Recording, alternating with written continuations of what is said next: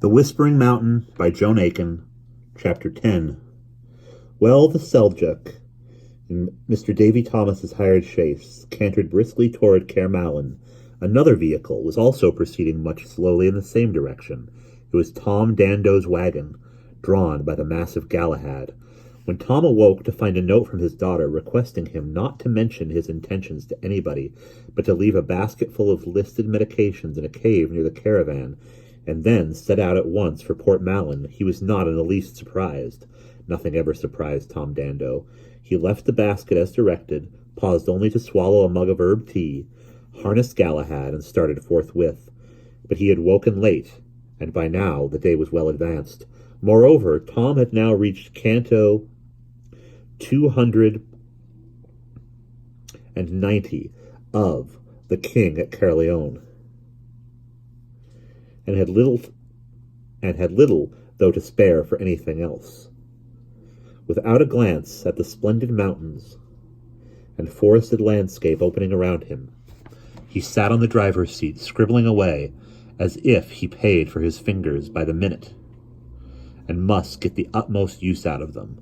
As soon as he covered it, every sheet of paper was tossed back through a small window into the interior of the wagon, where, as the hours went by, a huge pile grew up. Meanwhile, Galahad was left to make his own way to Caermallen. This he did, slow and steady, plodding along and minding his own business, stopping from time to time in order to snatch a mouthful of breakfast from bank or hedge. Galahad knew all the roads in Wales as well as the inside of his nose-bag, since Erebus usually chose their course, picking the least-known, little-used tracks where she would be likely to find rare herbs growing. Galahad followed the same route. In his accustomed manner, he paused as they passed clumps of wild rhubarb and whin-whin, the trailing strands of perfagal, or the large leathery leaves of marchturtle. He came to a halt under oak trees carrying tussocks of uchelweld, the holy herb used by the Druids, or by bright green patches of surin. But today nobody jumped down and went to pluck the leaves and berries. Traveling leisurely at this pace, they were overtaken by dusk before they had reached Caermallen. So finding that he could no longer see the lines as he wrote them, Tom pulled up, loosed the horse, and went inside to continue his poem by lantern light. All through the hours of dark he continued to write, as if somebody were shouting the words into his ear, and he only just able to get them down in time. At last, just as the first green sprouts of dawn began to uncurl in the eastern sky, he finally drew a line at the foot of the final page and wrote "Finis" under it. "Well, there's a tidy night's work, Erebus, my little one," he said then, yawning and stretching his cramped fingers. "Now a good cup of tea, is it? And put all those old sheets in order for your dada." Nobody answered, and looking round in perplexity, he remembered that Erebus was not in the wagon, that he was somewhere in the middle of the forest Maif on his way to Portmallen. "Hi, how," he sighed. "Make the tea myself, then I must."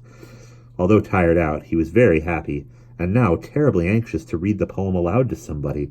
He bustled about, making tea and feeding Galahad. He read stray sheets of the poem that lay strewn all over the wagon. Every line seemed to him marvelously beautiful, the best he had ever written. "Ark, ye fee, Gotchelford, my fat friend," he shouted, shaking up the reins as they moved off under the trees. "Can't you go any faster than that, and you pulling the finest poet from Bull Bay to Wormshead?" Much astonished at this change in his master, Galahad broke into a thunderous trot. So the last part of their journey was swiftly accomplished, and when they arrived at Portmallen, the little town, huddled along the river's narrow gap through the cliffs, was still deep in shadow and nobody stirring. The tide was low, moored boats squatted on mud by the small stone pier, and a strong, salty, fishy smell came from the weed-covered harbor walls. A rock shoal lay uncovered out beyond the breakwater. Erebus was down there, gathering seaweed, but when she heard the wagon wheels and the clip-clop of Galahad's hooves, she turned and ran swiftly up a flight of slippery steps on the quay side. "What there, Dada?" she called softly. "Where have you been with you? Waiting all night I was. Eaten. By the Bleardow, I thought you must have been. And a tough old morsel to chew down, eh, Galahad, my little sunflower? Whoa, now will I lead you up by here. And taking the bridle, she guided horse and wagon out along a narrow track, leading away from the harbor and round the base of a cliff to a quarry, which made a sheltered and secluded place to halt. Now a good bite of breakfast, for I am famished with me. Erebus jumped nimbly into the wagon and set about doing three things at once, soothing Hawk, who was very affronted at having had no attention paid him for so long, putting on a kettle and some rashers to fry, collecting a large basketful of remedies together with as much food as they could spare. My word, Dada!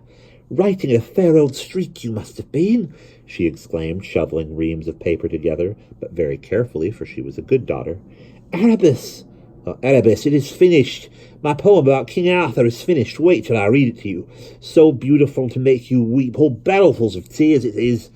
And, plumping himself down on a nest of paper, Tom grabbed bunches of pages and read her all the best bits. Here, listen to this. Or no, even better, this beginning of Canto 260 is, and here, my favourite part of all, just see if this would not melt a heart of granite. Erebus gulping down bacon and herb tea, and Barabirth listened and praised. Like the sound of a trumpet, that verse is, Dada.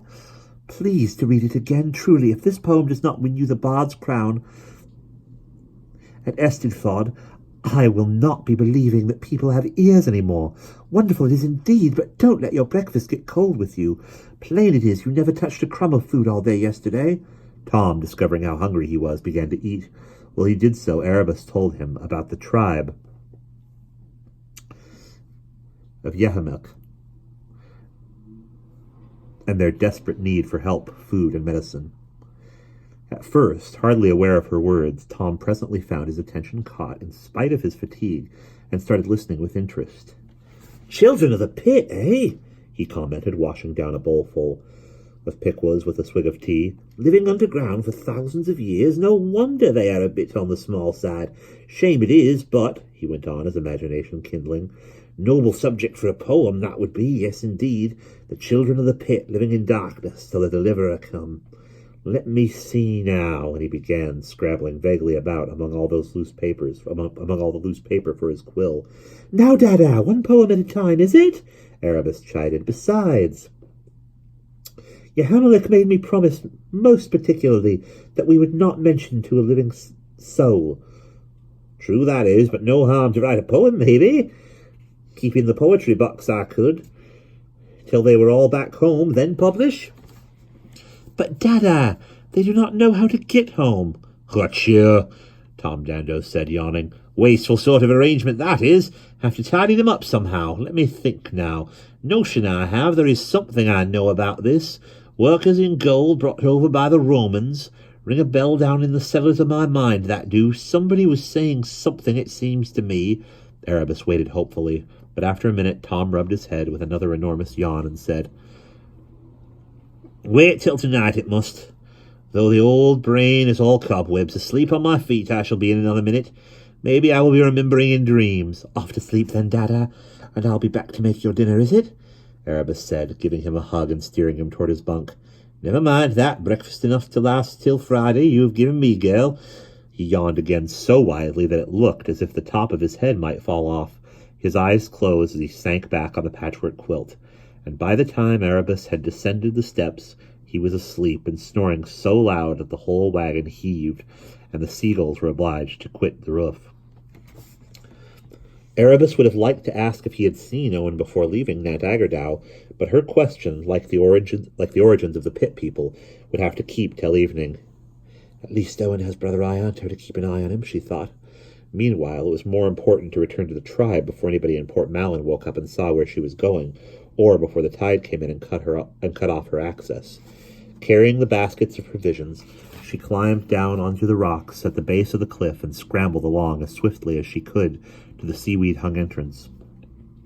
Here she gave a low whistle and was greeted by Tennis and Strato, who popped their heads out, pressed her hands to their whiskery cheeks, and relieved her of the baskets. She spent a busy morning among her patients. By degrees she was beginning to understand a few phrases of their language, Quite a number of the words seemed strangely familiar and recalled old half-forgotten rhymes that her mother had sung to her long ago. It also became plain to her that though Yehemelich did not know it, some of the people, probably by lurking on the outskirts of Port Malin or Nantagardoo by night, had managed to pick up a little Welsh. As the day drew on, Erebus had the satisfaction of seeing most of the sick people begin to mend, either from her medicines or the nourishing and sustaining qualities of seaweed broth. When she had visited all the patients, and another cauldron of broth was heating, she returned to Yehemelich and found that he, too, seemed stronger. He was up, sitting by his tiny window, wrapped in a camel fur robe. His black eyes were once more full of fire. Erebus thought that he looked like a little old eagle, hook-nosed and white-haired, slightly molting perhaps, but still fierce and proud. He gave her a cordial welcome. "Greetings, and may your nets never lack for fish, our noble deliverer. How shall I call you, madam? What is your name?" "Erebus, sir, my name is." "Erebus," he repeated. "That sounds like a word from our language. Where did you have such a name?" "It is a Welsh word, sir, meaning witty. Also, it was my mother's name before me." "And your mother, was she Welsh?" "Why, no, sir," Erebus said. "She was a travelling singer who came from the island of Melitia." "Melitia?" Yehemelich became quite excited. "But how strange! That name is woven into the history of—" And there we will pause.